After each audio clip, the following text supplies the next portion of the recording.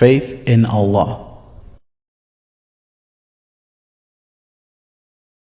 الحمد لله وصلى الله على نبينا محمد وعلى آله وصحبه وسلم، وأشهد أن لا إله إلا الله وأشهد أن نبينا محمدا عبده ورسوله صلى الله عليه وسلم تسليما. The topic today, inshallah, will be about the articles of faith. As it is known, faith is the foundation of every religion. Therefore, it is the same with Islam. The faith is the foundation of the whole religion, and the foundation is the most important, whether this is in religion or in any other thing. The companions of the Messenger sallallahu alaihi wasallam learned faith before learning the Sharia, the rulings, what is right and what is wrong, what to do and what to abstain from. Narrated in Sahih al-Bukhari, Abdullah ibn Umar radiyallahu anhuma said, تعلمنا الإيمان ثم تعلمنا القرآن فازددنا إيمانا. We have learned the faith, then we learned the Quran, meaning the rulings in Quran. So, by acting upon those rulings, our faith increased. So, as it is clear, this is a statement declaring the condition of all the companions of the Messenger sallallahu alaihi wasallam, and the fact that they all started with learning the faith. This is also emphasized by another narration in Sahih al-Bukhari by the mother of the believers, Aisha as-Siddiqah radiyallahu anha, the daughter of Abu Bakr as-Siddiq radiyallahu anhu. Aisha says, such types of verses were being revealed when I was still a young girl playing. بل الساعة موعدهم والساعة أدهى وأمر. That the hour is their date which they are waiting for, and the hour meaning the day of judgment, and the day of judgment is more bitter and more horrible. Aisha continues saying, if at that time such verses like don't drink intoxicating drinks or things like that were revealed, they would not go by them. Why? Because the faith was not yet established in their hearts. But when the faith was established and Allah forbade them from drinking, they not only abstained, they strongly abstained by taking all what they have in their homes and pouring them in the roads of Medina, because in Medina the legislation of forbidding the khamr, the intoxicating drink, was revealed. Allah subhanahu wa ta'ala says in Quran, آمن الرسول بما أنزل إليه من ربه والمؤمنون كل آمن بالله وملائكته وكتبه ورسله لا نفرق بين أحد من رسله وقالوا سمعنا وأطعنا غفرانك ربنا وإليك المصير. In this verse, this is one of the examples of the verses in Quran in which the articles of faith are mentioned.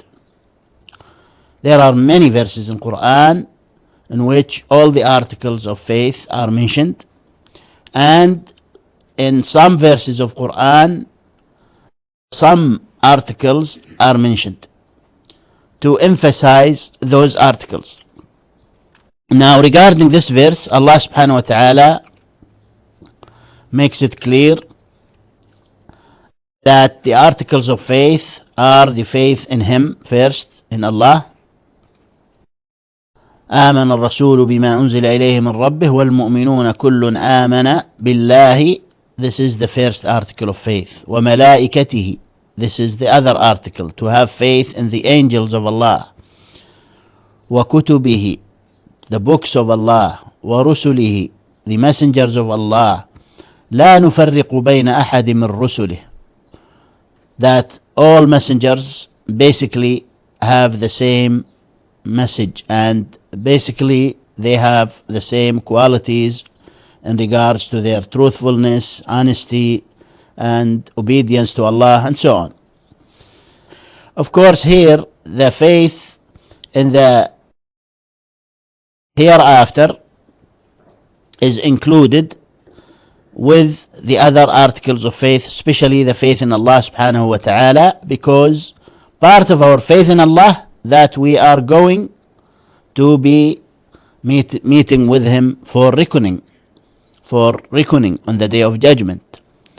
And also the faith in the decree of Allah subhanahu wa ta'ala is also part of the faith in Allah, because the decree of Allah is one of His attributes. Therefore, this is part of the faith in Allah subhanahu wa ta'ala. The fact that Allah has willed, and the fact that Allah has written the decree, and the fact that Allah subhanahu wa ta'ala has known all what His creation is going to do. All this is included in the faith in Allah subhanahu wa ta'ala. So this verse shows the articles of faith. Also, we have the true hadith in Bukhari and Muslim, the hadith of Jibreel, Angel Jibreel alayhi salam, when he came in the form of a man and he entered the masjid with white clothes, and the companions did not recognize him. And he asked the Messenger sallallahu alayhi wasallam, what is Islam? What is Iman? What is Ihsan? So the Prophet sallallahu alayhi wasallam mentioned the 6 articles of faith. Al-Iman, an tu'mina billahi wa malaikatihi wa kutubihi wa rusulihi wal yawmil akhir wal qadar khayrihi wa sharrihi hulwihi wa murrihi min Allahi tabaraka wa ta'ala. So these are the 6 articles of faith mentioned in the true hadiths of the Prophet sallallahu alaihi wasallam. And for wisdom from Allah subhanahu wa ta'ala, all those 6 articles were not mentioned at one time in one verse in Quran. This is a test. Allah subhanahu wa ta'ala tests His servants. Do they believe the messenger or not? Whatever the messenger says is from Allah subhanahu wa ta'ala. Therefore, whatever he says should be taken as a divine revelation from Allah subhanahu wa ta'ala. Because Allah subhanahu wa ta'ala says in Quran, we have revealed to you both the book and the wisdom, Quran and Sunnah, because wisdom has been explained by Imam al-Shafi'i rahimahullah and many other scholars. And this is the consensus of all Sunni scholars, that the wisdom in Quran means the Sunnah of the Messenger sallallahu alaihi wasallam. And the Prophet sallallahu alaihi wasallam said, I have been given the Quran and an equal to it with it. And he said, whatever I make haram is like what Allah make haram. And this is in Quran also, where Allah says, وَأَطِيعُوا اللَّهَ وَأَطِيعُوا الرَّسُولَ. And He says, وَمَنْ يُطِعِ الرَّسُولَ فَقَدْ أَطَاعَ اللَّهِ.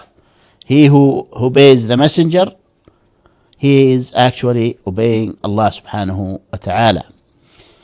So the idea of separating the Sunnah from the Quran is a devilish idea. It is a kufr. It takes someone out of Islam, because the Prophet sallallahu alaihi wasallam says, I have been given the Quran and Sunnah, and they will never separate until the Day of Judgment. وَلَن يَتَفَرَّقَا حَتَّى يَرِدَا عَلَيَّ الْحَوْضِ.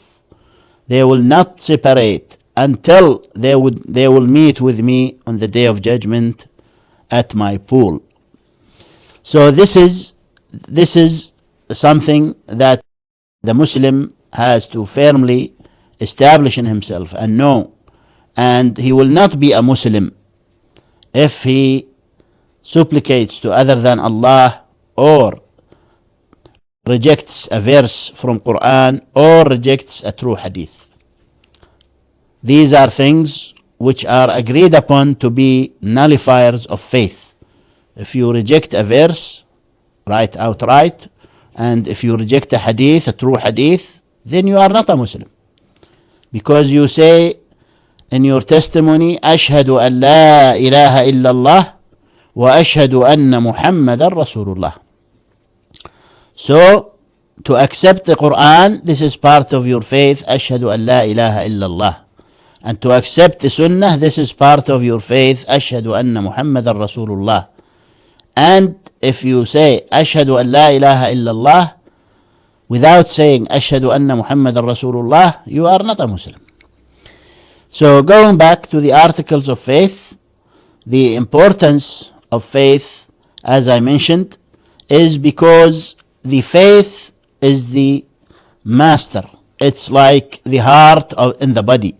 As the Prophet ﷺ said, ألا إن في الجسد مضغة إذا صلحت صلح الجسد كله وإذا فسدت فسد الجسد كله ألا وهي القلب.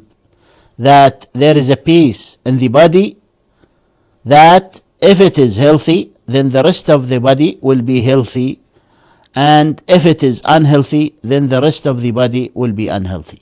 And that is the heart, meaning what's in the heart, meaning the faith, the true faith, not any faith, because any faith would not do what the right faith does. The more the faith is corrupt, the more the actions will be corrupt. And since our faith in Allah subhanahu wa ta'ala is the foundation, and since it is the most true faith, then this should show on our actions, and our actions should be right. These are some of the verses in Quran and some of the hadiths of the Prophet sallallahu alaihi wasallam regarding the importance of faith in Islam. And the first article of faith is, of course, the faith in Allah subhanahu wa ta'ala. The faith in Allah subhanahu wa ta'ala has not been denied in general by any nation. Every nation has approved the faith in Allah subhanahu wa ta'ala, even though in a deficient way or in an incorrect way. But the faith in Allah subhanahu wa ta'ala has not been denied by a whole nation. It might have been denied by individuals in the past, and maybe nowadays so-called atheists.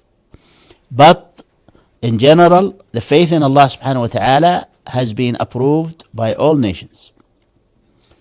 But what have been disapproved of is the goal and the main part of the faith in Allah, and that is the faith in His worship, that no one deserves to be worshipped but Allah subhanahu wa ta'ala. And that's why in Quran you find Allah subhanahu wa ta'ala describing the message of all messengers is that they tell their nations as the first thing to tell them, worship Allah, for there is no one worthy of being worshipped except Him. اعبدوا الله ما لكم من إله غيره. That you must worship Allah alone, because you have no other God besides Him, no one who is worthy of being worshipped besides Him. So God in English is a correct word, but the meaning the true meaning of God is not the Lord or the Creator or the Master, because this is part of the meaning of God. The true meaning of God is the only one who deserves to be worshipped. No one deserves worship but Him.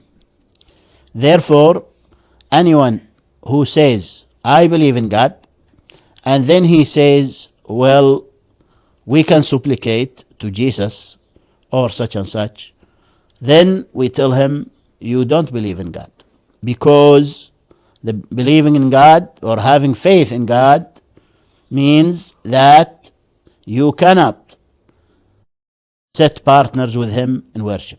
You cannot set rivals with Him in worship. So the faith in Allah subhanahu wa ta'ala, as I said, has existed in general. And the true faith in Allah subhanahu wa ta'ala, which is accepted by Allah subhanahu wa ta'ala and which saves you from Allah's wrath and punishment, is to believe in four things. First, the existence of Allah subhanahu wa ta'ala. Second, the lordship of Allah subhanahu wa ta'ala. Third, the names and attributes of Allah subhanahu wa ta'ala. And fourth, the worship for Allah, that no one deserves to be worshipped but Allah subhanahu wa ta'ala. And this last one is the final goal, and this is the foundation, and this is the most essential part of our faith in Allah subhanahu wa ta'ala. So if someone believes truly that there is no one worthy of being worshipped but Allah, if he truly believes that, then we assume that he also believes in the other types or the other parts that we mentioned, the other three parts. Why? Because one would not single out Allah subhanahu wa ta'ala for worship if he did not believe in His perfection as far as His names and attributes, that He is the most knowledgeable, the most merciful, the most compassionate, the most wise, the most just, the most knowledgeable, the all-hearing, all-seeing, all-powerful, and so on. And also the fact that He is the Lord, He is the Creator, He is the Provider, He is the Master, and He is the ruler, the one who orders and forbids and legislates. This is part of the faith in Allah's lordship, that He is the ruler. He is the Master means He is the ruler. He is the King means He is the ruler. Therefore, this is not a separate part of Tawheed, as some contemporary people have done, made it a separate part. It is included in our faith in Allah's lordship. And also the fact that we submit to Allah subhanahu wa ta'ala, we obey Him only, we follow His book only, and follow the sunnah of His messenger. This also shows that we take our ruling only to Allah subhanahu wa ta'ala. The fact that we obey Allah and obey the messenger, this shows that we take our rulings to Allah subhanahu wa ta'ala and to His messenger sallallahu alayhi wa sallam.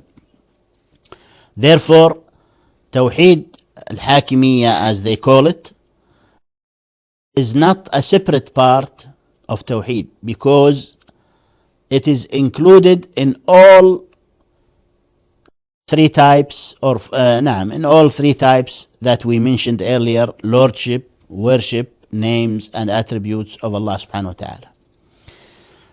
Coming to the first aspect of Tawheed, that is to believe in Allah's existence. To believe in Allah's existence, this can be shown by one of four different ways. We have four different proofs for this.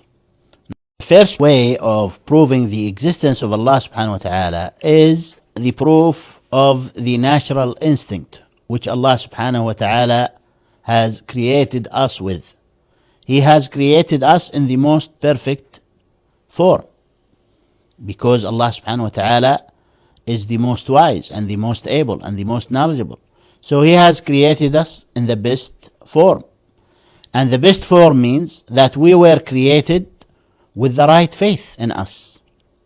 And that is part of that right faith. And at the top of that right faith is to have faith in Allah's existence. And not only in Allah's existence, but Allah subhanahu wa ta'ala has installed in us all the true aspects of the faith in Him, in His Lordship, in His names and attributes, in His worship. All this is part of this inborn natural instinct that Allah has created us with. So this is one way to prove the existence of Allah subhanahu wa ta'ala. If we were to take someone whose nature has not been changed by external forces, then we would find that this individual, no matter how much he knows, no matter he speaks or he knows how to write or not, literate or illiterate, he would know that Allah exists, and he would turn to Allah in worship. As long as he's left alone from the beginning, nothing has affected, no external force has affected his inborn natural instinct in him. The Prophet sallallahu alaihi wasallam said, "ما من مولود إلا ويولد على الفطرة فأبواه يهودانه أو ينصرانه أو يمجسانه." That there is not a single born, male or female, except that he is born with this natural inborn instinct in him, and that is to have faith in Allah subhanahu wa ta'ala. So, in order for him to be changed, either his parents will divert him from the truth, or any other external force. Because the Prophet ﷺ gave the example of parents, not because only his parents will divert him. No, this is just an example. Maybe because this is the most common thing that is happening, that the parents are the ones who shift the natural born instinct in their child to something else. They will twist it to something else. Otherwise, he would have the right faith in Allah subhanahu wa ta'ala, and that is Islam. To submit to Allah in worship, and to unify Allah in worship, and not to worship as others besides Allah, and not to sit partners with Allah in worship. The second way of proving the existence of Allah subhanahu wa ta'ala is the logic.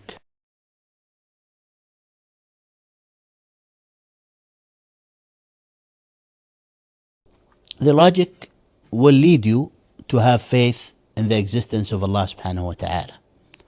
The logic will lead you to that. If you think a little bit, you don't need much thinking to do. If you think a little bit, there is no ship which can run without captain, without someone who is running it.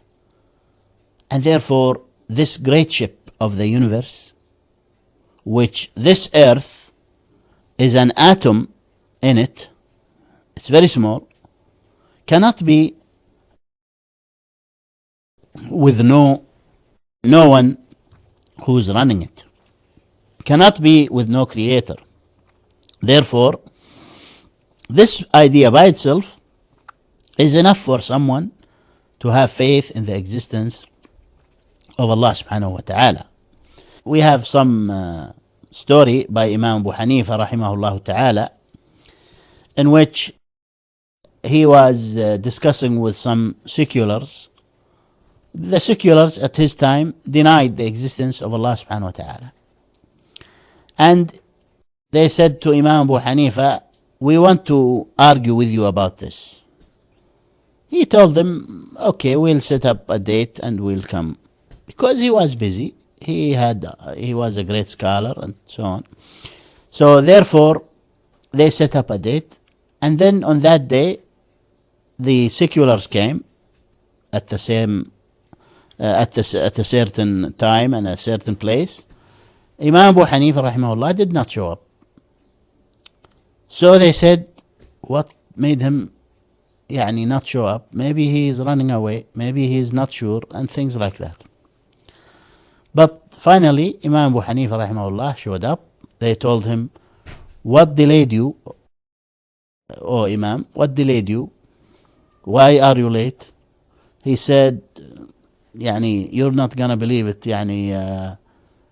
Something real strange happened to me. I was about to leave my country and I missed the ship. So I waited there thinking, desperately. And then all of a sudden,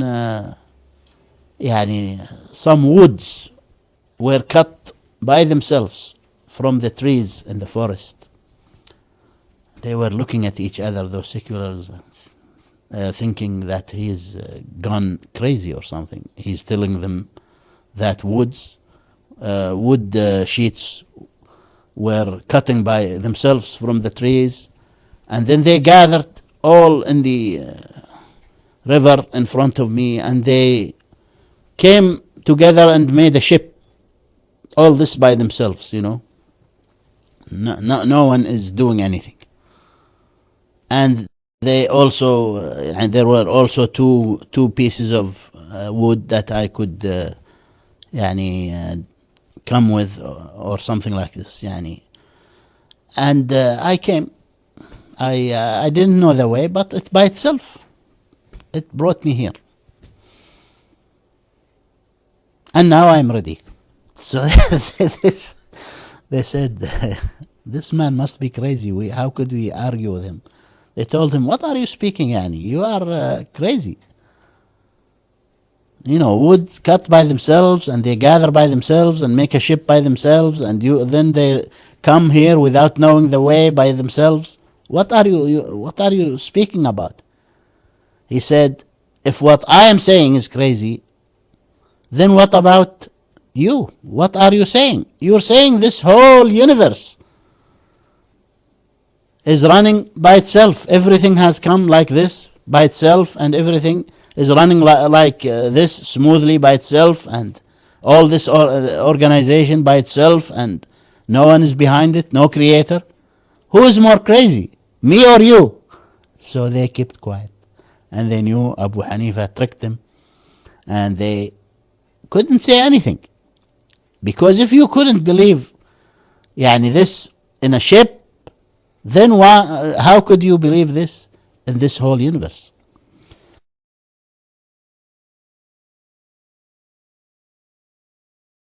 This universe must have a creator.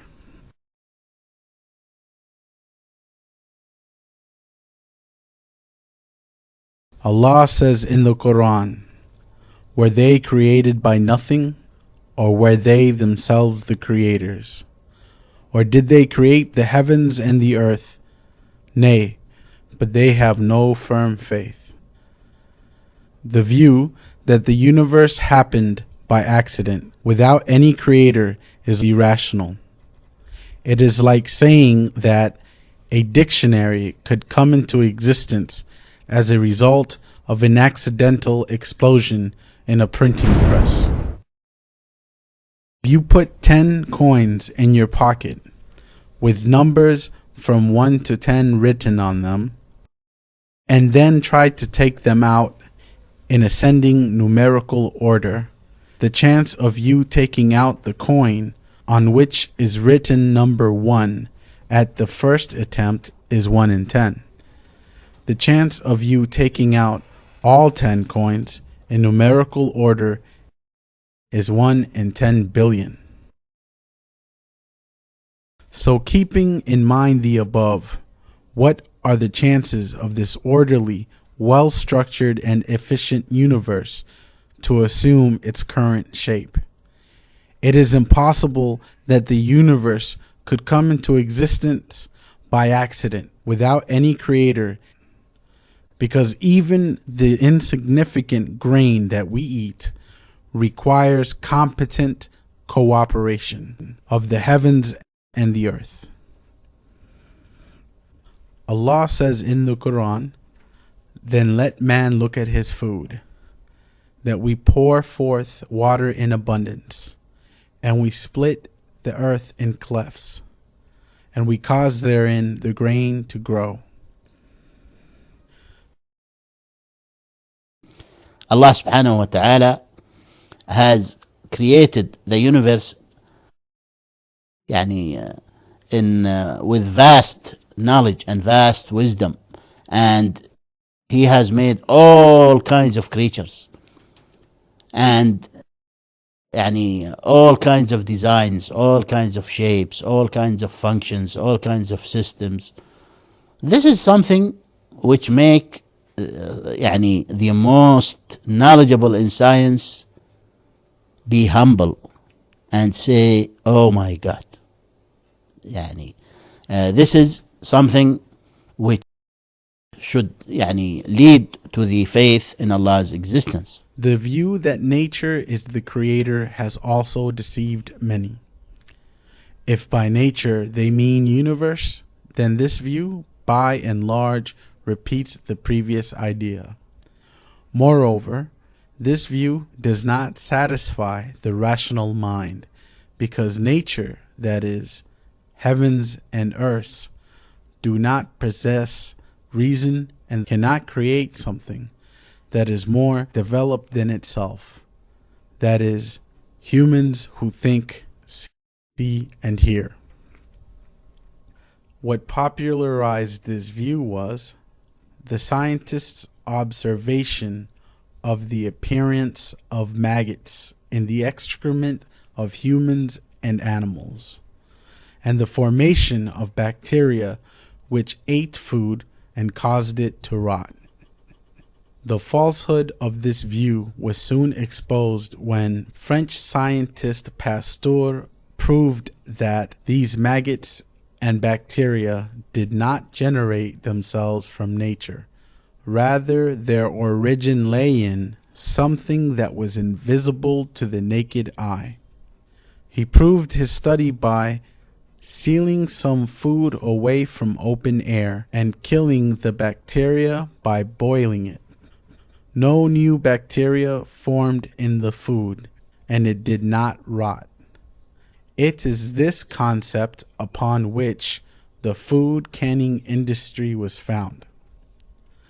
Most people, even atheists, who declare sometimes that they don't believe in Allah, they don't believe in God, they actually have to tell you that there is some external force behind the creation. So they are shy to say, "We have faith in God. We have faith in the existence of God." There are also those who propose that it is the laws which govern the universe that bring everything into existence. This view is again deceiving one's own self, because by discovering the laws of nature, man cannot solve the mystery of the universe. The extent of science is limited to merely explaining the cause and effect behind this universe. If the universe is a machine, then simply by discovering how the parts and cogs of this machine are connected to each other does not answer the question, who created this machine? The third way of proving the existence of Allah subhanahu wa ta'ala is the messages and the fact that all religions made part of their teaching that Allah subhanahu wa ta'ala is there. Not only Allah exists, but He is the most knowledgeable, the most perfect, the most able, the most compassionate, merciful, and so on. And this is in all religions. No religion denies this. not only the heavenly religions, but even the other religions. Things like Hinduism, Buddhism, whatever. They believe in the existence of God. And the fourth proof in Allah's existence is through the actual situation. What do we mean by this is that in actuality, when someone supplicates to Allah subhanahu wa ta'ala desperately, Allah will answer his call. Allah will answer his call. Especially if he was a pious man, a real pious man. We have examples.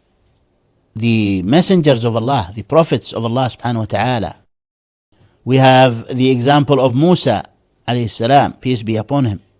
Prophet Musa, of proving when he asked Allah for help, Allah subhanahu wa ta'ala gave him help. He made it possible for him to open the sea by hitting it with the piece of wood that he had. And many other ways of support for Musa alayhi salam when he was praying to Allah subhanahu wa ta'ala. We have the example of Jesus alayhi salam. When he asked Allah subhanahu wa ta'ala to cure someone, Allah would cure him for him. When he would rub on him, Allah would cure him for him. Allah has put blessings in Isa's body, just like in any other prophet. And in Islam, our faith that the blessings are only with Allah subhanahu wa ta'ala. And he has not put them in anyone's body except his messengers and prophets. That's all. And this is clear in Quran, where Isa says, وَجَعَلَنِي مُبَارَكًا. And Yahya says, وَجَعَلَنِي مُبَارَكًا. Allah has made me blessed. Allah has made me blessed. So we find many examples of Prophet Isa alayhi salam, curing the deaf and so on. So this is something from the reality. And then the biggest example is our Prophet Muhammad sallallahu alayhi wasallam. When he was supplicating to Allah, sometimes Allah would answer his call so soon, immediately. In one incident that is narrated in true hadiths, a Bedouin came from the desert and he said, "Oh, the Messenger of Allah, our situation is so bad that our sheep are dying and our crops are dying. Everything is dying because there is no rain. Why not ask Allah subhanahu wa ta'ala? Why don't you ask Allah for us so that we have rain?" And the Prophet sallallahu alaihi wasallam immediately rose his hands, making supplication to Allah. And the narrator who narrates this hadith, the companion who narrates this hadith, says, "By Allah, there was no cloud in the sky before the Prophet ﷺ raised his hand. And then we saw all clouds are coming, and until they formed a black cloud above us. And the rain came down so strongly that the Prophet ﷺ became happy and he smiled, because Allah has honored him so quickly and answered his call so quickly." And then the rain started continuing for 2 consecutive weeks non-stop, until the Bedouin came back again and said, "O Messenger of Allah, our houses are destroyed from the strong rain. Please ask Allah subhanahu wa ta'ala to make the rain only in the mountains and in the valleys away from our homes, because we are destroyed by the rain." So the Prophet ﷺ smiled and he raised his hand and saying, "Oh Allah, make the rain around us and not right on us. Allahumma hawalayna la alayna. And the companion who narrates the hadith says, wherever the Prophet ﷺ was pointing, the clouds would go there. This was how quick Allah subhanahu wa ta'ala was answering the Messenger sallallahu alayhi wasallam's call. Immediately, right away. This shows what? This shows not only the existence of Allah, but His knowledge, His hearing, His seeing, His mercy, His love for the believers, His ability to do anything. All kinds of attributes of Allah subhanahu wa ta'ala.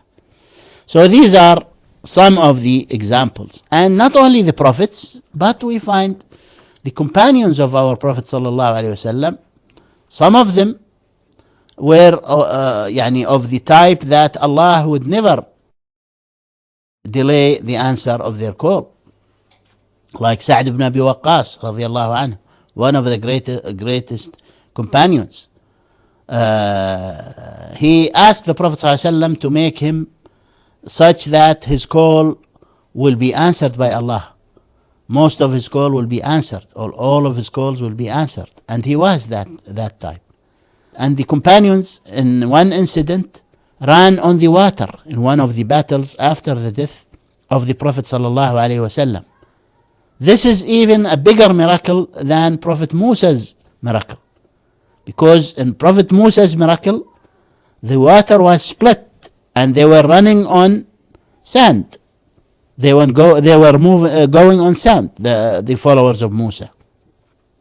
But here, the companions with their horses, they were crossing the river on the water. They crossed all the river on the water with their horses.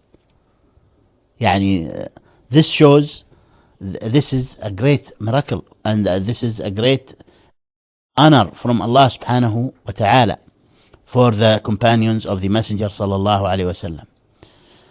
Anyway, these are the four types of proofs for the existence of Allah subhanahu wa ta'ala, and inshallah we will continue with the rest of aspects of the faith in Allah subhanahu wa ta'ala. I just would like to make an important warning, actually, because there are many people nowadays, unfortunately, are affected by the atheists' statement regarding the existence of Allah subhanahu wa ta'ala. Maybe those who say this statement don't necessarily consider themselves atheists, but the fact that they say it is a resemblance to the atheists. And that statement is to say,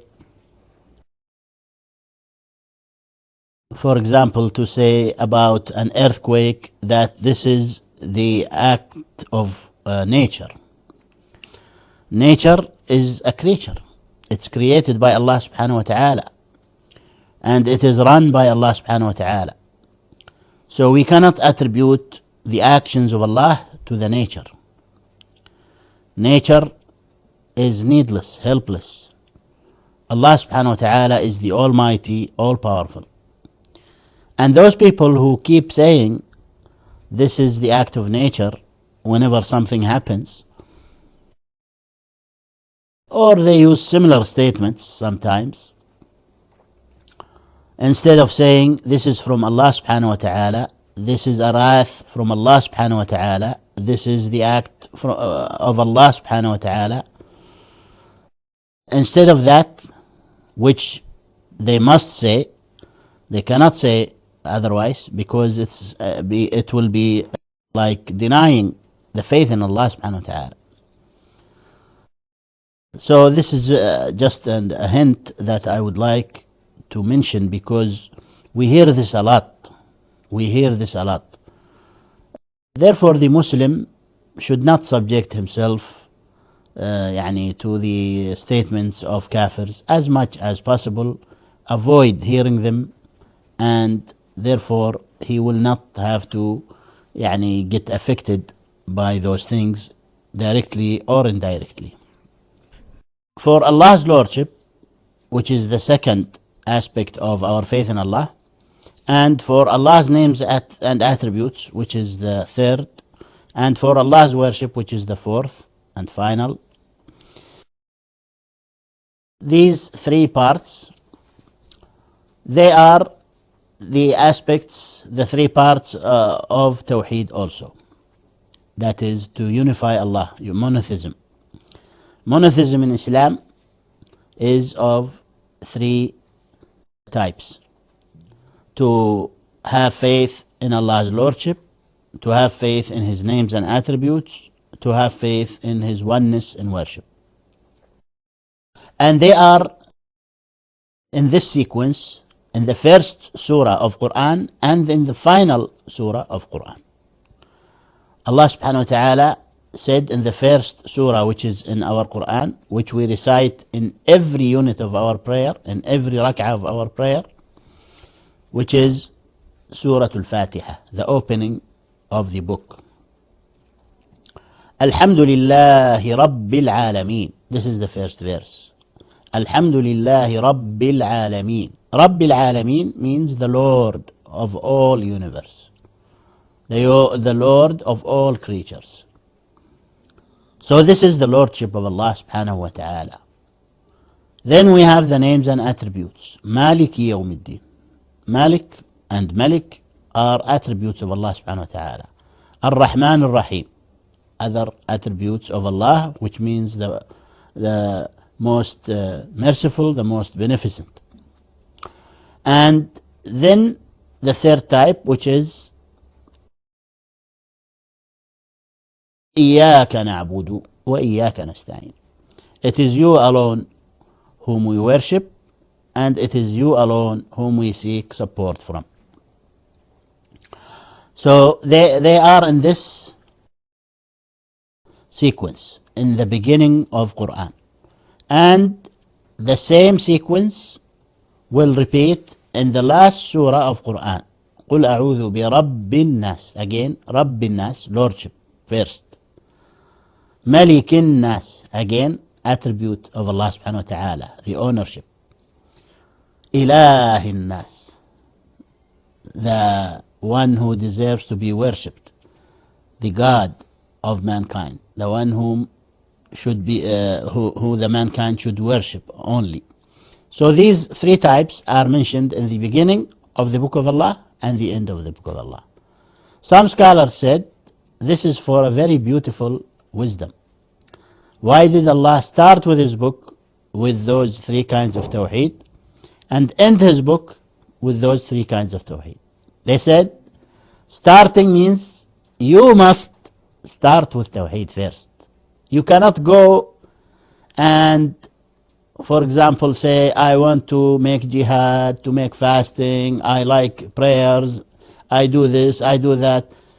No, first you have to establish the Tawheed, the three types, all of them. Four types actually, if we consider the existence of Allah subhanahu wa ta'ala. But the existence of Allah, as I said, is already established. So this is why Allah started with this chapter, which emphasizes the three types of Tawheed. Why did He end His book with those three types? Because this is also a hint that you should end your life as a Muslim, as a monotheist, as someone who declares his worship for Allah alone. Otherwise, you have lost everything. If you die otherwise, you have lost everything. You have nothing in the hereafter. That's why Allah subhanahu wa ta'ala says in the other surah, Allah subhanahu wa ta'ala says, اتقوا الله ولا تموتن إلا وأنتم مسلمون. Don't die except as in the state of Islam. Submission to Allah, monotheism, worshipping Allah alone. So this is very important that we notice why Allah started His book with this and why He ended His book with that. And also in Quran, the best chapter in Quran is this opening of Quran. The Prophet ﷺ mentioned this in a true hadith. Also the best verse in Quran, because this opening is 7 verses, but the best verse alone in Quran is the verse which is called Ayatul Kursi, the chair of Allah subhanahu wa ta'ala, because it includes nothing in it but the faith in Allah and in Allah's throne and chair. Allah subhanahu wa ta'ala mentions those types, so no one has the right to declare a 4th type or a 5th type or a 6th type or a 7th type. Some innovators nowadays claim that we have Tawheed of politics, Tawheed of economics, Tawheed of social sciences, Tawheed of ice cream making. أعوذ بالله. This is playing with the religion of Allah subhanahu wa ta'ala. It's not only playing with the religion of Allah, it's playing with the foundation of the religion of Allah subhanahu wa ta'ala. Also, you cannot pick up some action in Islam, no matter how important it is, and declare it as a kind of Tawheed, because it's already part of Tawheed. All good actions are branches of Tawheed, as Allah have mentioned in Quran about the example of La ilaha illallah is like a tree where its foundation deep in the ground and its branches reach heavens. So those branches are the actions in Islam. Prayer is a branch, fasting is a branch, and jihad is a branch, and zakat is a branch, and so on. And being good to the parents is a branch. Having good morals is a branch. These are branches of Islam. These are branches of La ilaha illallah. Because La ilaha illallah is not simply or merely a word. No. It's a testification which requires action. Requires action. We don't say the actions are fruits of faith. Because when you say fruits, this could mean that they are not obligatory. No. The actions in Islam, if they are obligatory, then they cannot be called fruits. They are part of faith itself. And there is no Islam without action. Imam Ahmad rahimahullah ta'ala said, anyone who says that Islam can be without actions is kafir, is not Muslim. So if someone comes to you and tells you that Islam is easy, alhamdulillah, and it's only in the heart and you don't have to do anything. If you do, Allah will forgive you. So don't do any action. Do whatever you like. Whatever haram thing you can do it, no problem, because Allah is most forgiving, most merciful. You don't have to abide by anything. Just say by your tongue, just have a belief in heart. Anyone who says this, he is not a Muslim. He is not a Muslim. And therefore, we have to know that the emphasis on Tawheed, to start our life with it, to know Tawheed and act upon it, and not to break it in any way, not to nullify it in any way, such as those who supplicate to the so-called saints. This is nullifying the faith. This is going out of Islam. As soon as you commit one of those great acts of associating partners with Allah, you are out of Islam. Now, also there are some people, even though some of them are Sunnis and they follow the Sunnah, but they have made the wrong decision, the wrong thinking, saying that Hakimiyya is the 4th type of Tawheed. This is not true, because Hakimiyya falls in those 3 types that we mentioned: Lordship, names and attributes, and the unity of worship. They fall under each one of those 3. And if you want to emphasize it, you emphasize it by showing that it falls under all of those three aspects of Tawheed. What more emphasis is better than this? The great Grand Mufti of Saudi Arabia before Sheikh bin Baz was Abdullah ibn Humayd, rahimahullah ta'ala. He had a booklet about Tawheed, and he mentioned that the three types of Tawheed, that is the Lordship, the names and attributes, the worship, they are supported by the Book of Allah, the Sunnah of the Messenger, and the consensus of the scholars. That's why when his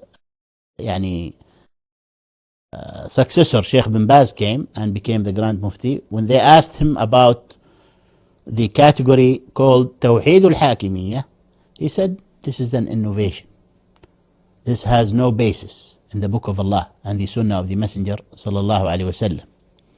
Similarly, Al-Allama al-Mufassir Muhammad al-Amin al-Shanqiti rahimahullah, and similarly Shaykh ibn Uthaymeen rahimahullah, when he was asked about students of Kulliyat Sharia from University of Kuwait, he said, anyone who says this is bringing an innovation.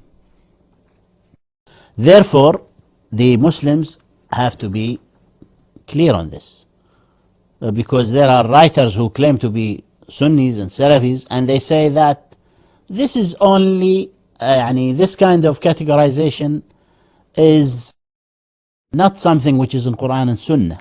It is something for ijtihad. It changes. Tawheed changes from time to time. And this is a big disaster to propagate that Tawheed can be changed from time to time.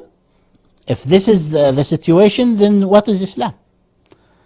Tawheed is the foundation. How could you claim this ugly statement? We come to the Tawheed of Lordship, the unity of Lordship for Allah subhanahu wa ta'ala. As I mentioned earlier, when we were speaking about the existence of Allah subhanahu wa ta'ala, there was no nation who denied the existence of Allah. Also, there was no nation who collectively denied the Lordship of Allah subhanahu wa ta'ala. That's why there is not a single verse in Quran which shows that a messenger came to call his nation to believe in Allah's Lordship, or to admit to Allah's Lordship, or to say that Allah is the creator. No. Quran says otherwise. It says that the messengers came to the people and told them, since you believe in the Lordship of Allah, then you have to believe in His worship. Since you unify Allah in Lordship, then you have to unify Him in worship. This is clear in Quran. Allah subhanahu wa ta'ala says, Ya ayyuha an-nasu ubudu rabbakum. Okay. O people, worship your Lord. Meaning, you admit that Allah is the Lord. So why not admit that He is the only one who deserves worship? Worship your Lord. Meaning, worship Him alone, just like you believe that He is the only Lord. And this is very clear in Quran, that if you were to ask them who created the heavens and earth, they would say Allah. Who is the Lord of the great throne? They would say Allah. Who is the one who runs the affairs of everything? They would say Allah.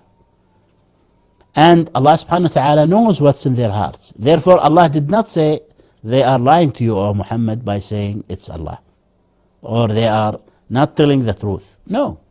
Allah knows what's in their heart. Even Fir'aun, Allah told Musa alayhi salam, when you go to Fir'aun, tell him, لَقَدْ عَلِمْتَ يَا فِرْعَوْنَ مَا أَنزَلَ هَؤُلَاءِ إِلَّا رَبُّ السَّمَاوَاتِ وَالْأَرْضِ بَصَائِرَ. That you know, Fir'aun, you know that those signs which you have seen were not revealed except from the Lord of the universe, the Lord of heavens and earth. So who told Musa of what Fir'aun knows? Allah. Allah knows what's in Fir'aun's heart, that he does not deny his lordship. Fir'aun did not deny Allah's lordship. And Allah subhanahu wa ta'ala said about Fir'aun and the other mushriks before him, جحدوا بها واستيقنتها أنفسهم ظلما وعلوا. They denied it by verbally, while inside their hearts they firmly knew that Allah is the Lord. وجحدوا بها واستيقنتها أنفسهم. Therefore, the mushriks before, whether the Arabs or the nations before them, they did not deny collectively the lordship of Allah subhanahu wa ta'ala. Even the fact that Allah is the ruler, that He is the only one whom we should take orders from. They did not deny it. The Arab mushriks, they thought that what they have inherited from their fathers and ancestors is the religion of Allah. So they did not deny that the ruling should be to Allah, but they thought that what they have inherited is what Allah has ruled with. So whenever Prophet Muhammad sallallahu alaihi wasallam used to tell them this is haram, they would say, we have not inherited this from our fathers, meaning that this is not from the religion of Allah. They thought that what they have inherited is the religion of Allah, and that they are going by the rule of Allah subhanahu wa ta'ala.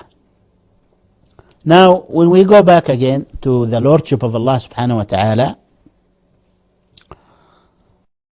it is part of our faith in Allah, and it is part of Tawheed, as I mentioned.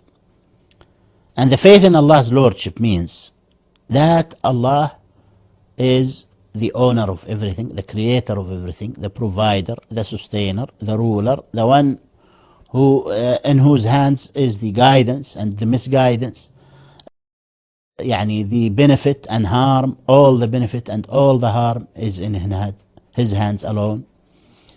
The fact that all the order is from him, all the legislation is from him.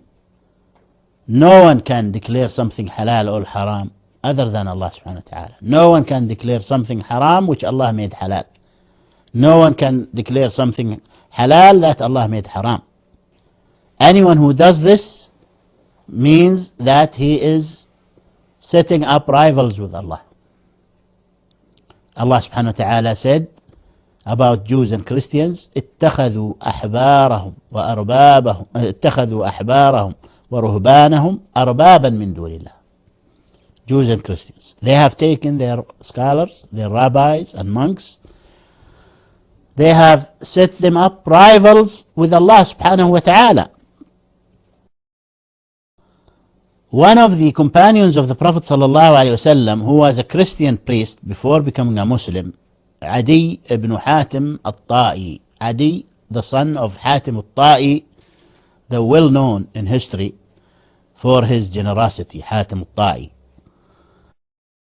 He did not become a Muslim, of course, Hatim al-Ta'i, but Adi was a priest, Christian priest.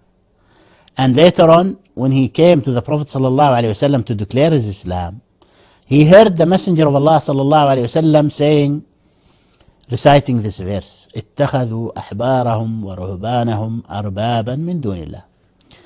So Adi, with his short thinking or short knowledge about Tawheed and about the faith in Allah, even though he was a priest, his thinking about Tawheed was short. Just like now, the priests, whatever. So Adi said, O Messenger of Allah, we were not worshipping them, thinking that worship is only to prostrate for them or to supplicate to them or something like that. So the Prophet ﷺ pointed out to him what is important. He said, were not you making were not they, meaning your scholars, were not they making haram things halal for you, and you were accepting that and following them, and making haram things halal for you, and you were following them? He said, yes, that, yes. Huh? So he said, that is worshipping them. تِلْكَ عِبَادَتُكُمْ إِيَّهُ. That is worshipping them. This is worship. For you to accept them as sources of legislation, this is worshipping them, because this is considering them gods. And for you to take your judgments to them, this is worship. You see? Because Hakimiyya, or rulership, has two folds. One fold regarding the action of Allah, the fact that Allah is the only authority, Allah is the only ruler. He rules, He makes halal, He makes haram. Okay? This is one thing. The other fold is regarding our actions. You see? What are worships? We supplicate to Allah, we pray to Allah, and so on. We take our rule to Allah, we take our judgments to Allah, to the book of Allah and the sunnah of the messenger sallallahu alaihi wasallam. So our actions to obey Allah, our actions to take our rules to Allah, right? Therefore Hakimiyya falls under lordship, because hukum is the action of Allah alone. Hakimiyya falls under worship, because tahakum, which is our action, and ta'ah, obedience, which is our action, falls under this. You see? Now, this is regarding the lordship of Allah subhanahu wa ta'ala. We must, when we give da'wah to Tawheed, we must emphasize all this and equally. Yani we should not take other parts of Tawheed lightly. This is an ignorance, a deep ignorance. Like those who say, you don't have to tell people that yani Allah is the only one who benefits and harms, and this and this and this. You see? Or you don't have to tell people that you cannot supplicate to the saints, you have to supplicate to Him only. Or you cannot sacrifice animals for the saints and something like this. You don't have to tell them this. First you have to tell them that. What is that? This is Tawheed. What comes before Tawheed? What precedes Tawheed? You see?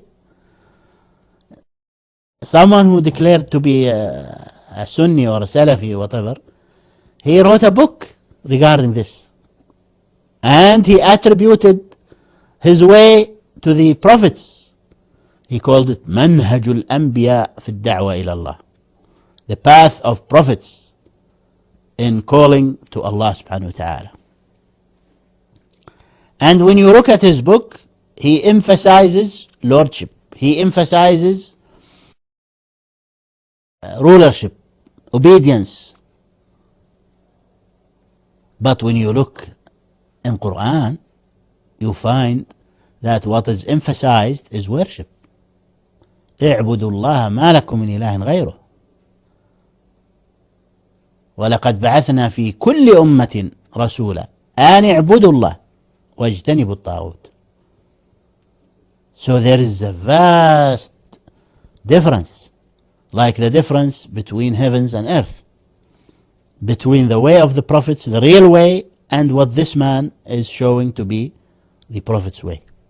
What he is showing to be the prophet's way is wrestling the rulers. Wrestling the rulers. Tawheed is wrestling the rulers.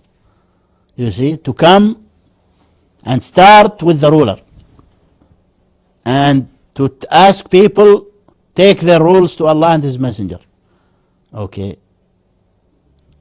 This is good, but this is not Tawheed. This is part of Tawheed. You see, you either call to Tawheed in the comprehensive way, or you are not a caller to Tawheed, no matter what you think of yourself. Because if you call people to rulership, and they abide by it, they are not Muslims. Not Muslims. Until they worship Allah only. You see? Yani they might agree with you in principle. They agree. All the Muslims agree. Even the rulers nowadays. If you tell them Allah is the only ruler, they say yes. You see? They don't say no. Because they think they are Muslims, and they would never say no. You see? But this is not the way. You see? So lordship of Allah subhanahu wa ta'ala is important. And it is very important. And sometimes you can start with it instead of starting with the tawheed of worship. When you are calling atheists who deny the lordship of Allah, who say Allah is not the creator, those people, you start with them with lordship. No problem. You see? But there are few people. You see? In America, the most corrupt country, I remember 20 years ago, Times magazine put some kind of statistics. They said 99% or 98% of the people believe in God in this country. You see? And those people are what? Fornicators. They deal with usury. They commit all kinds of things which are against the religion of Allah subhanahu wa ta'ala. But they think that they believe in God. They believe in His existence. They don't deny His existence. Okay. So, this is not enough to become a Muslim. You are far away from becoming a Muslim just by believing in His existence. To become a Muslim, you have to establish Tawheed. To establish Tawheed, you have to establish worshipping Allah alone and not setting up rivals with Allah. And to call to Islam is to call to Tawheed. And to call to Tawheed is to call to worshipping Allah alone. Why? Because if people admit the worship for Allah alone, then they don't need the other aspects. They don't need that you call them to other aspects. That's already included. Why are they worshipping Allah alone? Because they believe in His Lordship and because they believe that He has the divine attributes. Otherwise, they would not worship Him alone. You see? So that's why there is a statement which is made by the scholars. They say, Tawheed al-Uluhiyya, the unity of worshipping Allah, the monotheism of worshipping Allah, this includes the other two types, the lordship and the names and attributes. Because if someone worships Allah alone, then he must be admitting to the other two kinds. Otherwise, he would not be worshipping Allah alone. But not the opposite. Not the opposite. Someone could be believing in the lordship of Allah and His names and attributes, His perfection, but not worshipping Allah alone due to his ignorance. Just like the Arab pagans. They admitted to the lordship of Allah, that Allah is the only Lord. They admitted to the names and attributes of Allah, even the throne of Allah. They admitted to all that. But their disbelief came from not worshipping Allah alone. You see, worshipping angels and pious people by making them means to Allah, channels, you see. So this is regarding the faith in the Lordship of Allah subhanahu wa ta'ala. The third aspect is the faith in Allah's names and attributes. The third aspect of our faith in Allah, which is the second aspect of Tawheed. The names and attributes of Allah subhanahu wa ta'ala. Ahlul Sunnah wal Jama'ah believe that whatever Allah has attributed to Himself in His book, whatever Allah has named Himself with in the book, And whatever the messenger attributed to Allah, and whatever the messenger named Allah, then this is the only source that we can believe in the names and attributes of Allah subhanahu wa ta'ala. Why? Because Allah to us is unseen, and ghaib, matter of unseen, and matters of unseen cannot come except by revelation. Whatever knowledge regarding the unseen must come through revelation. Therefore, this is the way of Ahl Sunnah wal Jama'ah. The innovators, like the Ash'aris, the Maturidis, who compose many schools nowadays in India, in Egypt, and everywhere, they have a deviant way. They believe that Allah's names and attributes should be known by thoughts, by logic. And the Quran and Sunnah is not the source, because they believe that if we take the names and attributes from Quran, then we will deviate, they say. We will become resembling Allah to His creatures, they say. So they say we cannot take the verses regarding the attributes of Allah literally. We cannot take the hadiths literally, you see. We have to give them suitable meanings from ourselves, you see. Or at least if we don't give them meanings, we don't take them literally. So they agree that they should not be taken literally, but they disagree whether to give them a substitute meaning or not. You see, this is the way of the innovators nowadays. There was a group before which outright denied the names and attributes of Allah subhanahu wa ta'ala, which were Jahmiyyah and Mu'tazila. Now we don't have such a group. Now we have groups which claim that they believe in names and attributes, but then when you tell them, show us your way, you find that they deny more than 90% of the attributes of Allah subhanahu wa ta'ala. More than 90%. You see?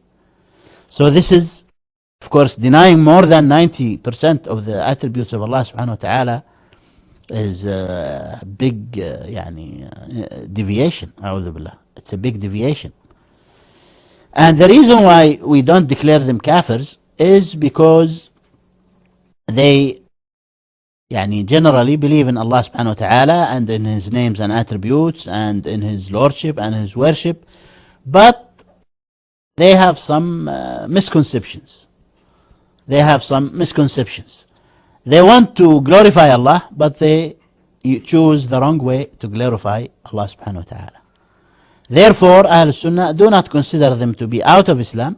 They consider them to be from Islam, but they consider them to be innovators. So they are not from Ahl Sunnah wal Jama'ah.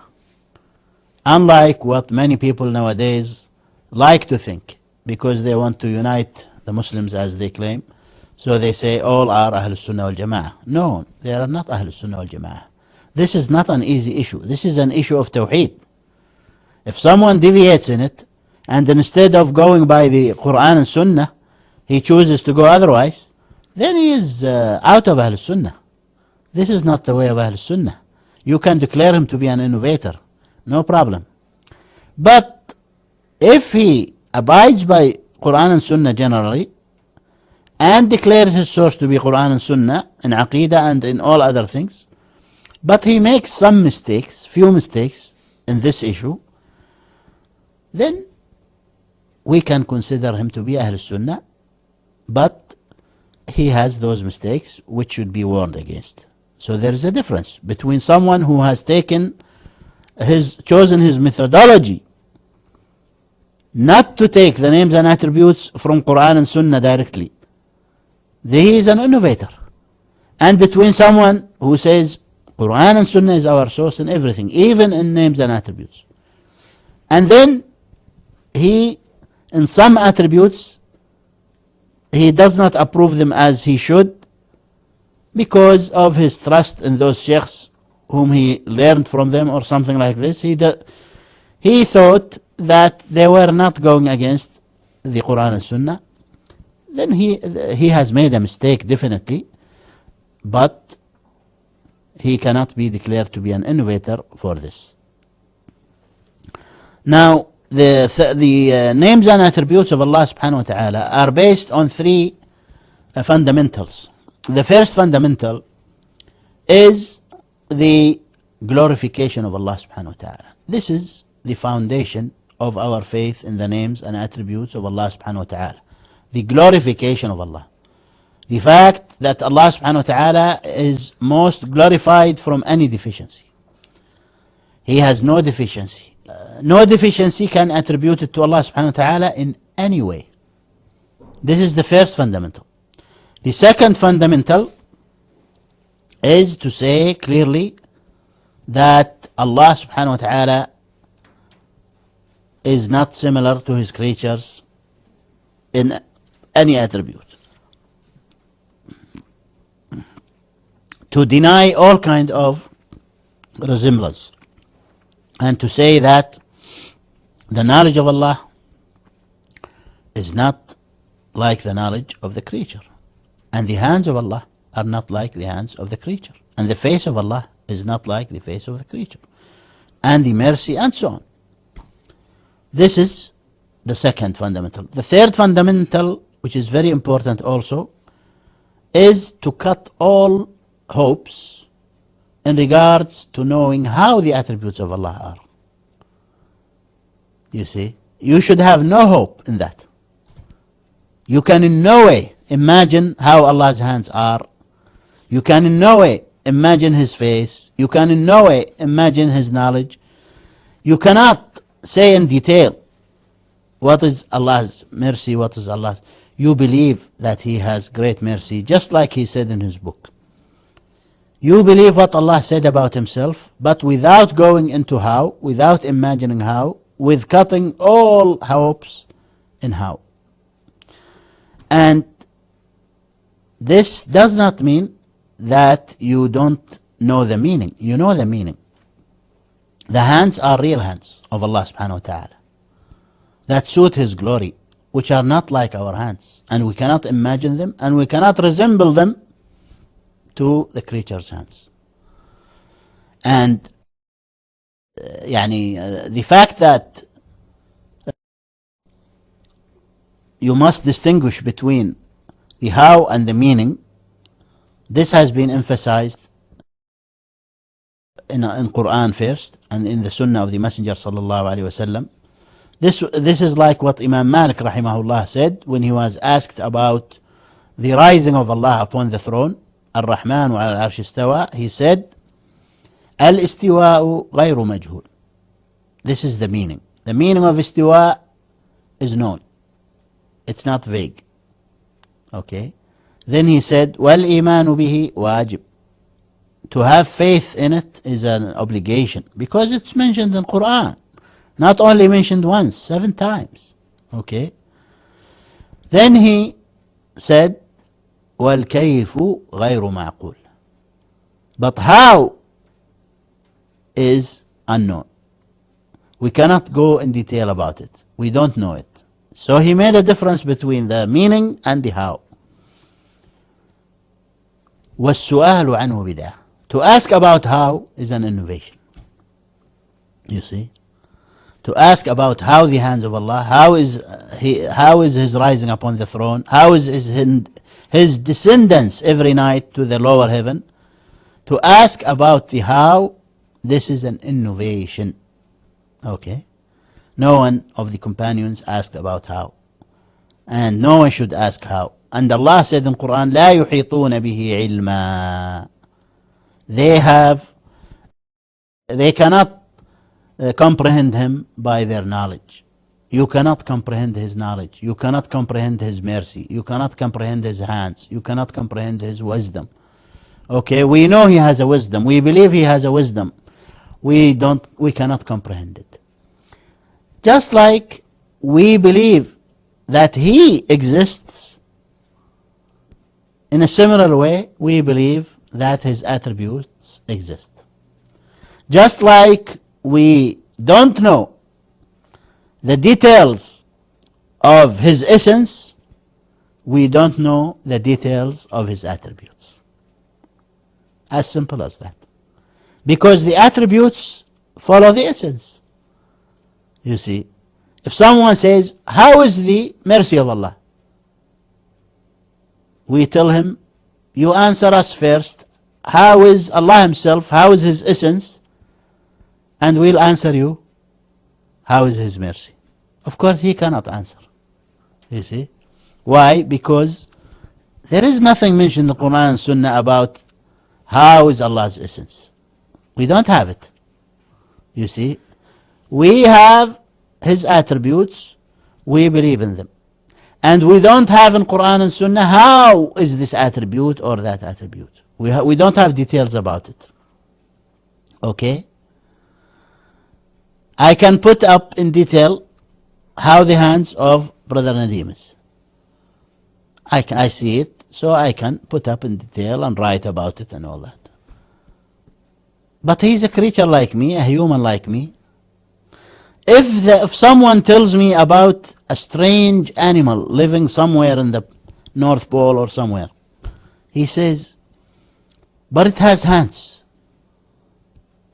Those hands, I cannot describe them to you because they are very strange, you know. And this is a creature like me, you see, and he cannot describe the hands of a creature to me. So how about the Creator? When Allah says He has hands, how could we jump and imagine a creature's hand? You see? I cannot imagine this creature's hands in the North Pole because it's very strange and he cannot describe it for me even though he saw it. And no one saw Allah subhanahu wa ta'ala, even the prophets, even the messengers, even Prophet Muhammad sallallahu alayhi wa sallam did not see Allah subhanahu wa ta'ala. And Allah has no example amongst His creatures. لَيْسَ كَمِثْلِهِ شَيْءٍ. There is nothing like unto Him. You see. Therefore, those who deviated from the true path, their main disease, the root of the evil, is the disease of resemblance in their hearts. When they hear بل يداه مبسوطتان, the hands of Allah are extended, what comes to their heart, what is what's running through their minds, in their hearts, is that if we say real hands, then it's like our hands. They are imagining, you see.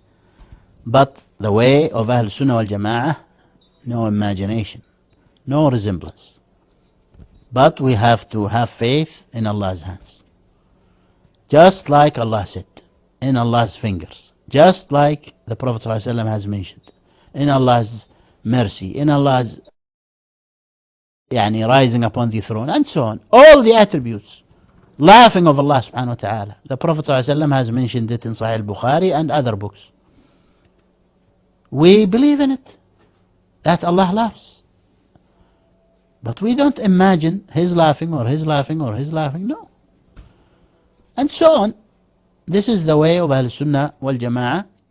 Fourth aspect of our faith in Allah subhanahu wa ta'ala, which is the third aspect of Tawheed, and that is to worship Allah alone, which is called Tawheed al-Uluhiyyah. Tawheed al-Uluhiyyah. That is to single out Allah in all actions of worship. Amongst those actions of worship are those which are in the heart, which are the foundation of worship, and some are on the limbs and on the tongue. In the heart you have the love, the greatest worship. As Shaykh al-Islam Taymiyyah says, أصل دين الإسلام. The root of the religion of Islam is the love of Allah subhanahu wa ta'ala. And this is not only one of the pillars, the three pillars of worship, it is the first pillar of worship. The love of Allah subhanahu wa ta'ala. That is to love him according to how you know him, and to love him because he is the Lord, he is the provider, he is the sustainer, and to love him because of his qualities and attributes. This is the first fundamental and the first pillar of worship. The other two pillars are to desire in his mercy and to fear his wrath. So 3 pillars of worship. These are also mentioned in Surah Al-Fatiha. Alhamdulillahi Rabbil Alameen. Alhamd means praising and love. To praise and love. You see? Alhamdulillahi Rabbil Alameen. So this is the love of Allah. Ar-Rahman Ar-Rahim. This is the desire in his mercy. Malik Yawmiddin. Fearing Allah subhanahu wa ta'ala and his wrath, because you are reminding yourself of the day of judgment, the day of reckoning. So these are the 3 verses. Alhamdulillah Rabbil Alameen, the love of Allah. Ar-Rahman Ar-Rahim, the desire in his mercy and reward and paradise. 3, the Malik Yawmiddin, the fear of Allah subhanahu wa ta'ala. So we are not, as the Christians claim, that you only know about God that he is the most severe punishing and you only fear him. No, who says this? No. You see, the fact that they have been misguided, the only thing they know about Allah is that he is loving, make them think that they are the only ones who believe in the love of Allah subhanahu wa ta'ala. You see, they base their faith on loving Allah and that Allah loves things, and they almost deny anything else. You see, even though in their books there are still verses showing the mercy and showing the wrath of Allah, there are still, you see, there are still in the Bible and the Torah and the whatever they have, still there are verses. But they go around them some way and they claim that their God is a loving God. Okay. We say no. We say he's a loving God, he's a merciful God, he's a punishing God.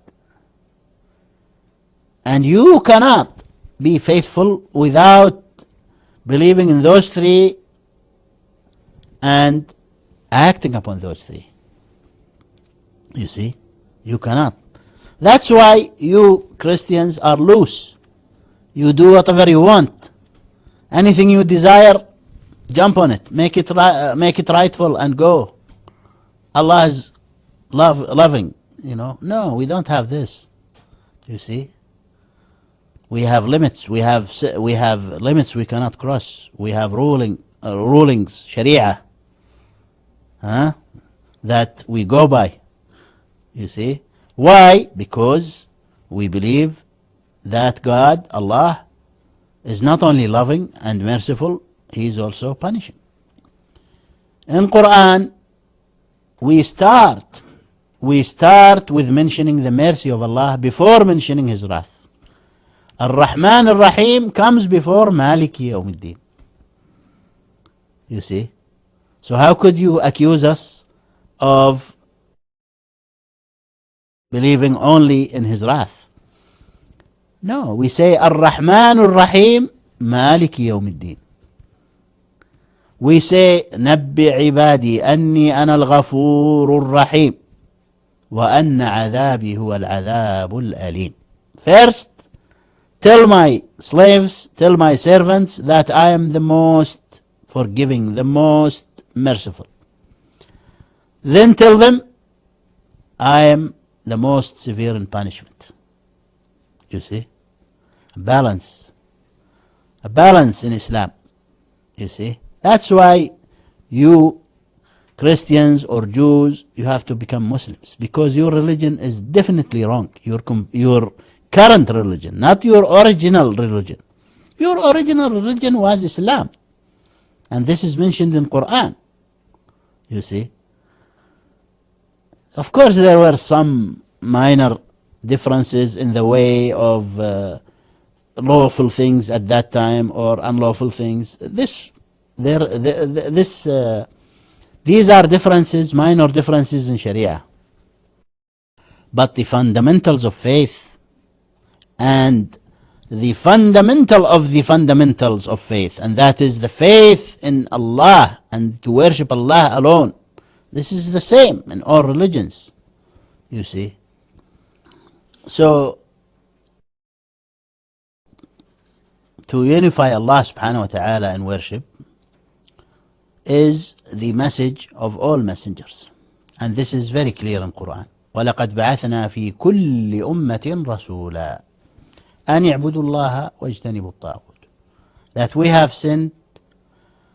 sent for every nation a messenger telling them worship Allah and avoid all false deities. Also, there are two conditions that every Muslim should know. Two conditions of worship. The first condition is to purify your intention. In every act that you do for the sake of Allah, you have to purify your intention. Your intention should be gaining His pleasure, gaining Allah's pleasure and love, seeking His mercy and reward and paradise, avoiding His wrath and punishment. These are the pillars of the worship, but they constitute the first condition of worship. Yani the first condition of worship, which is to purify the intention, will not be achieved except by achieving the three pillars of worship. Then the next condition, the second condition, which is equally important, because unfortunately many people, ignorance, who do not give it the same importance, they only think that by intention they are good, they are okay. No. The second condition is equally important, and that is whatever you want to do for the sake of Allah and you have a good intention, it has to be by itself according to Sharia. It has to be by itself according to what Allah said and His Messenger said. And they are connected, because how could you claim that you want to please Allah with something which displeases Allah? Yani this is a joke. You cannot make something to please Allah with which you know it's against the religion of Allah, or you don't know whether it pleases Allah or not. You don't have a proof. You do it. You risk. You hear someone say and you do it. You see? No, you cannot. In Islam, you have to be sure what you're doing is right, according to Sunnah, according to Sharia, according to the Book of Allah and the Sunnah of the Messenger sallallahu alaihi wasallam. This is as important as the first one.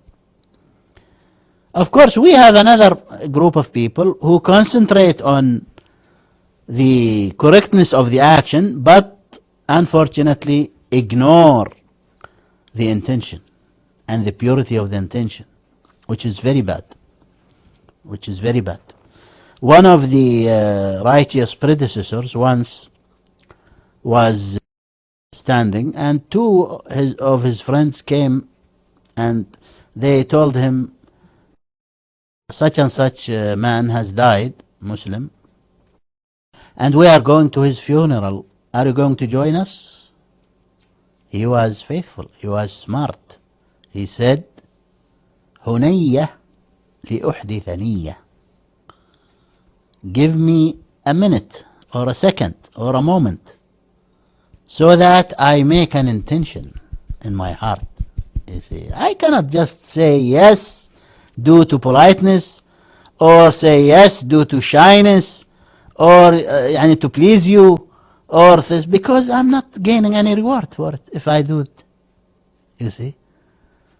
So it's stupid to waste your time and effort and maybe money and this and that, gas, car or whatever, you know. It's stupid to waste all that just because to please them, or so that they say good things about you or something like this. No, you want to make an intention that this is to please Allah subhanahu wa ta'ala, because you want the reward. There is great reward in going and praying on a dead Muslim, a mountain of qirat, a mountain like Uhud of reward. To go after prayer, after the funeral prayer, to walk to his grave and stand there until everything is done. Another qirat, another mountain of reward. You see, if this doesn't come to your mind at that time, then you are not doing it for the sake of Allah subhanahu wa ta'ala. So you have to be smart. You see, that's why this condition a lot of people unfortunately are unaware of. They are unaware. Not only in this action that I mentioned, in pillars of Islam, in fasting, you find, if not the majority of people, a lot of people fast because of shyness, due to shyness. They don't want to be looked at as people who are breaking the fast, you see. And especially nowadays, fasting is easy. People have all the facilities. They don't have to work that hard. They sleep all day. Okay. So he says, let me fast. You know. But if it was difficult in the summer or this or that, he would say, no, I don't fast, you see. So if this is in the pillars of Islam, then this is very dangerous. Now, these are the two conditions. No one is worshipped besides Allah subhanahu wa ta'ala. This is the explanation of Ahlul Tawheed for La ilaha illallah. There is no one who deserves to be worshipped but Allah subhanahu wa ta'ala. Or no one is worshipped truly but Allah subhanahu wa ta'ala. Now the other people who are amongst the Sufis and amongst other groups, they say no one is worshipped but Allah, without saying truly. What they mean by this statement, no one is worshipped but Allah, that even if you are worshipping Buddha or an idol, you are worshipping Allah. Why? Because Allah is in it. Allah in Buddha, Allah in the idol, Allah is in whatever. You see? So their statement is the greatest kufr. To say everything is worshipped is Allah. That means every religion is right. Someone who is prostrating for a mouse, according to them, he is prostrating for Allah. You see, because Allah is in everything. You see? So this is the greatest kufr. There is no greater kufr than this. This is called wahda, this is called hulul. To believe that Allah is in something. Halla means to be in it. And they go further. They have different levels. Hulul, this is the least. They have hulul, they have ittihad, which is mixing. Then they have wahda. Wahda means there is nothing which is mixing with something. It's all one thing. And that's what Ibn al-Arabi says, Al-Abdu Rabbun wal-Rabbu Abdu. The slave is Allah and Allah is the slave, or something like this. You see? And the other pig, Farid al-Attar, who says, Ma al-kalbu wal-khinziru illa ilahuna. The dog and the pig is nothing but our God. Knowing Allah subhanahu wa ta'ala in the true way is the foundation of this religion. As Shaykh al-Islam Taymiyyah rahimahullah, he has a beautiful statement regarding this. He says, إن لله في الأرض جنة من لم يدخلها لم يدخل جنة الآخرة وهي معرفة الله ومحبته وخشيته والرجاء فيه وطاعته. That there is a paradise on earth.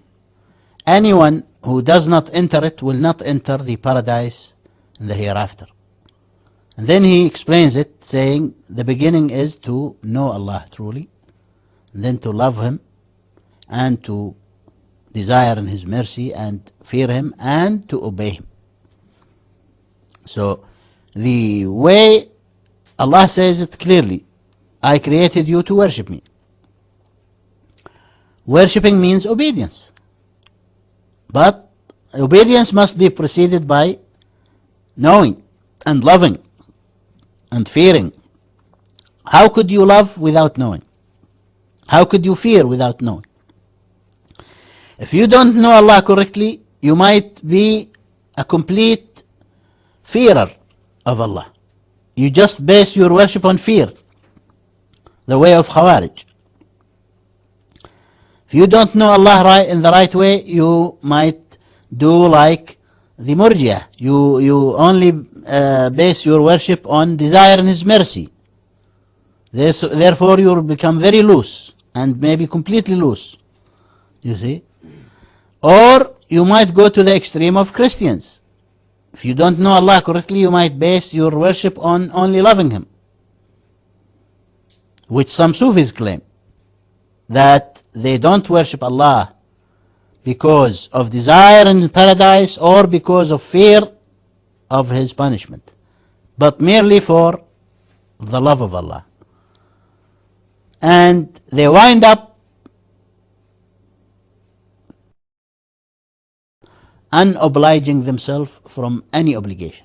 Yani they say, we don't have to pray, we don't have to fast, it's okay to make zina, to do this, to do that, whatever you desire. Why? Because you love Allah, and and you are one thing now, and khalas. Why worship? You worship who? If you and Him are one thing, then who is the worshipper and who is the worshipee? You know? So this is the most kufr, anyone who believes this. But anyway, to know the names and attributes of Allah subhanahu wa ta'ala has a great effect in our faith in Allah, in His divine decree, in trusting Allah subhanahu wa ta'ala. You see, if you don't know Allah correctly, you will not have enough trust in Allah subhanahu wa ta'ala. You see, someone who doesn't know enough about the justice of Allah, the wisdom of Allah, any evil occurs to him, he might do like those Christians or Jews who would blame their Lord, who would say bad things about Allah, who would say, why me, this, that, you know. This is an objection, and this does not suit the glory of Allah subhanahu wa ta'ala, you see. So this is the point, that knowing Allah subhanahu wa ta'ala decides your worship, how strong it is, how true it is. And that's why in Islam you are encouraged to look in the universe, and to look in the universe means to see for yourself the mercy of Allah, see for yourself the strength of Allah, see for yourself the knowledge of Allah, see for yourself the wisdom of Allah. You see, it's encouraged to increase it, because no matter how much you increase it, there is still more. That's why Prophet Ibrahim sallallahu alaihi wasallam, he was one of the greatest faithful people. But despite that, he said, "Bala liyatma'inna qalbi." Yani, I want to see you how to bring the death alive, so that I have more confidence in my heart. I want to know you more. You see? And Allah says, وَفَوْقَ كُلِّ ذِي عِلْمٍ عَلِيمٍ. And above everyone who is knowledgeable, there is a knowledgeable. So this is very important actually. The fruits of learning the attributes of Allah subhanahu wa ta'ala are very important. When you know that Allah subhanahu wa ta'ala is high above everything, and yet He is with us everywhere by His seeing, by His looking, by His knowing, by His ability. When you know this and believe in this firmly, you will be watchful, you will be careful, you will be thoughtful, you will be mindful, you see. But if you don't know where is Allah, like those who claim Allah is in everything, okay, or those who claim that Allah is nowhere, you know, or those who don't know the attributes of Allah subhanahu wa ta'ala, you can find this affect their religion, affect their obedience, you know. With this, inshallah, we end the first pillar of faith, the faith in Allah subhanahu wa ta'ala. هذا وصلى الله على نبينا محمد وعلى آله وصحبه وسلم. This is the end of the lecture on the faith in Allah.